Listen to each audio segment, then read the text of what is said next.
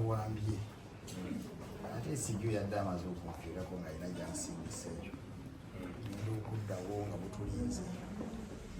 badde naakapakinga emmotoka girese mu pakingi ndina muganda mufukiya ne bunkwata ne busooka n'emiggo n'emiyitirivu emingo Amigo gitandikirawo bweru tunayingira lwatuuse munda basuse ne lebasaawo kiyaga wansi teekamu olugezigezi mu mpola mitto emigo gye nafunyawo sirikidde ne bankuba muno ne bankuba wano ne bankuba muno wakati kati bakoza gwani ze Kayemba Solo oli muki andi muganda neddira mpologoma nga Ssaabasajja akola ekyawangaale ne balyoka bakuba lwawulira ekigambo magulu nyondo kale magulu nyondo mugamba akukime wano n'amagulu ne bakuba pulezidenti wo Ekyagulanyi nti pulezidenti wange kati akukimewo wano abasajja batukubye naye nga kugaba bigambo byakozesa tebinyuma tebyowooma era simanyi busungu abo wajja babujja obungi bwe butyo batulinako obuyitirivu ne batujja mu ddooni esooka omwo nga tukubiddwa wa lwantu ne tuyingira munda temwabadde mitto nga tukuba wansi abadde nga abafunye omuliro omulala ne balyoka batukuba mwebake musituke dakiika 5 kati mwebake kati musituke ne bakuba wano nga bwankwata ku mutwe waabwe guno guliko ennyama n'akuba muno bamusimusiza zimagalo guno w'omutima obuto ne batwala eyo mu safe oba safe house kuba teri safe house ate ebeera bwekyo paka lwe batugyeyo ssaawa nga 7 batusula ekibudde owulira otya kati obulumi bungi ddala bakubye buli we basanze omutwe agambe bakusunisa mu magalo bakkiriddeko wansi oba yo tewanaba bubi nnyo saagala mukutiise asokera ebiri omutima ndi wakyali waliwo naye nga magalo tezirina we zitaaku ozingasibwa ku mubiri wano naye mukama mulungi twafunye obuwanguzi gamba peyini eno n'okukulubima katwayiseemu tuwulira nga at least twavudde obuwanguzi oleme kwogeza nnyo naye akazungu katonotono kazungu nkyakajjukira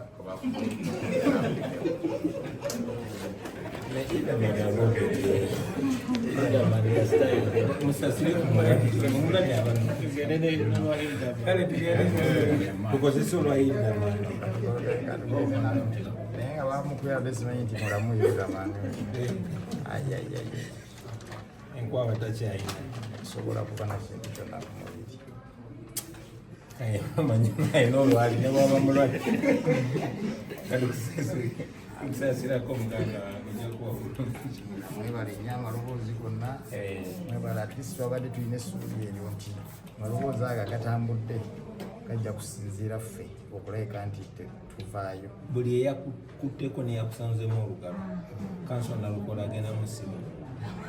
abatwala mu kooti si yeroya baaba abamazi okimanyi bankuye mu kifuba nyinza okuseka n'enfa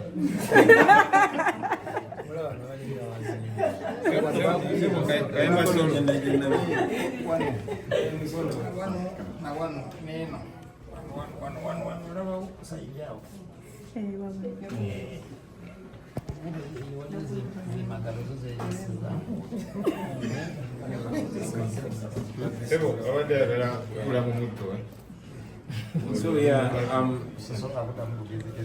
twongera okuvumirira okutulugunya kuno okwekigwagwa batuusiza ku babaka ba palamenti ze member of parliament naye baba basobola bino bikola ku mbaka wa palamenti kati tebereza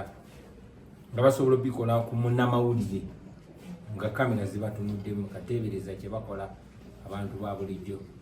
so tubivumirira bino naffe tumanyi tujja bijjawo nga tujjayo Museveni tujja kujjawo tubikolimire nobikolimire kireme kudda emirembe gyonna tujja bijjawo bujja tukolime tukoyo kolima katwagala bijjawo bujja tozikugamba onobaluga bulozi tuvumirira ebikolwa bino naye era twebaza abantu b'Ekawempe ababiwangudde bino byonna basobola bitukola ne tebasobola tusitopinga. Twabagambirawo nti bwe bajja okuba emigo bajja kuba bangi lwakuba tetwamanya nti mujja kubamu ne ba MP ne twabagamba emigo gijja kuvuga bajja tusiba mu makomera bayinza n'okuttayo abamu naye tujja kuwangula era twawangudde nga bwe twakikoze bwe tugenda okikola omwaka ogujja tuwawangule ng'ensi yonna eraba ate ensi yaffe tugijuze ensi yonna eraba nebwe tubasaasirako muganda okulaba nti bafokasinze nnyo Kazo Angola ne Wambogo bamanyi nti kandidati waffe yabadde agenda bawangula mu mpangula eswaza so ne bajja ne basamba bokisi ze Kazo Angola Kazo Angola n'Embogo ne bakwata abakulembeze baffe bano nga bagala kusawo kutiisatiisa bafune we babbira obululu tuze tukibagamba mu abantu ate muli b'amaanyi nnyo n'okusinga abakulembeze bamwe mulaba mwataddewo amaanyi okubba kwabwe wadde nambi teyafunyeyo kalulu konna kuyinza kwogerako n'obwe beewadde babeewadde bwewe naye abantu bekawempe mwebali nnyo mwalemeseza obumenyi bw'amateeka buno kati twagala mulemese bwannakyemalira tubasaasira nnyo mwenna abakoseddwa abatulugunyiziddwa mwenna bwe batulugunyiza nga babagamba ebigambo ebyalaga obusosoze ebyamawanga obwo bunafu bwabwe si bunafu bwamwe so tujja bijjawo tujja kubeera mu Uganda eyeyagaza buli muntu oba wagwanga kyoba ddiini ki eyo gye tugenda tetujja kutuukawo era twasimbula nadda ambaze esaati ye NRM omugaa gyambale Walukaga n'atunula jjukira badde bataddeko ebintu ku maaso nga situlaba nga tugiye oluusi ne tubbamu etulingiza Walukaga n'agaa kino kyentuuseeko sikirabanga ne bamugamba yimba musajja wattu nga n'ennyimba zayimba ezimu tebazimanyi obulumi Walukaga bwe yatuuse ng'akaaba atya Walukaga muganda wange ate okukaaba kwa Walukaga kwatongedde emigo naffe namuseka nga buli lwakaaba bagamunamula bwakaaba naffe ne bakuba okukaaba lutalo kubangambye yabadde akaaba mu ludongo lumu yabagambye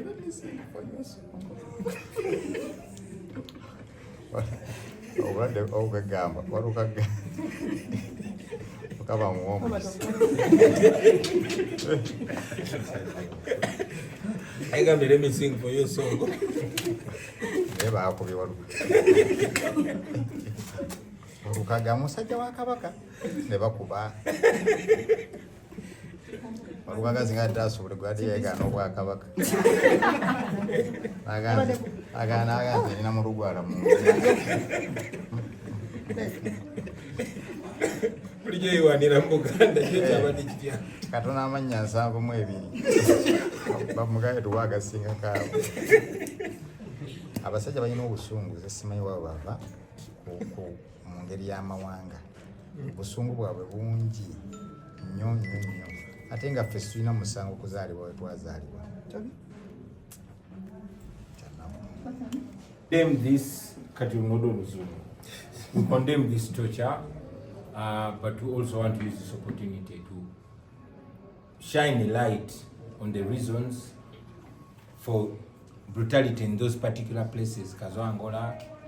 Mbogo, see Kazo Angola, that's where the biggest population of voters is. And that's why they